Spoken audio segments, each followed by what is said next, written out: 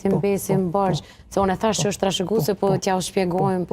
Po për cilë, dhe më hemofilia A, hemofilia B është një smundje e gjakut që për cilë, dhe më thënë varësisht prej kryqëzimit, dhe më thënë recesive për cilën, dhe më thënë është trashëgimi. Zavendësohen varësisht prej llojit hemofilis, zavendësohen dhe për cilën gjatë jetës me faktorë, për shembull, këtë rast faktori i 8 dhe 9, për shembull, kur është mungesë varësisht se cili është, kompenzohen. Faktorët ata kanë tendencë për gjakderët e gjatë jetës, kanë rrezik dhe në atë kuptimin për gjakderës mos më ul gjaku, por kompenzohen, domethënë kur e heqin i dham, fatkeqësisht dhe kur bëjnë ndërhyjme dhe kur kanë lëndim, domethënë gjithmonë kompenzohet.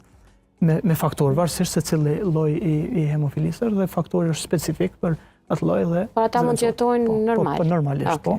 Normalisht veç forma më trona, sigurisht që tash i ka mjekime edhe treja, edhe ma treja që sigurisht që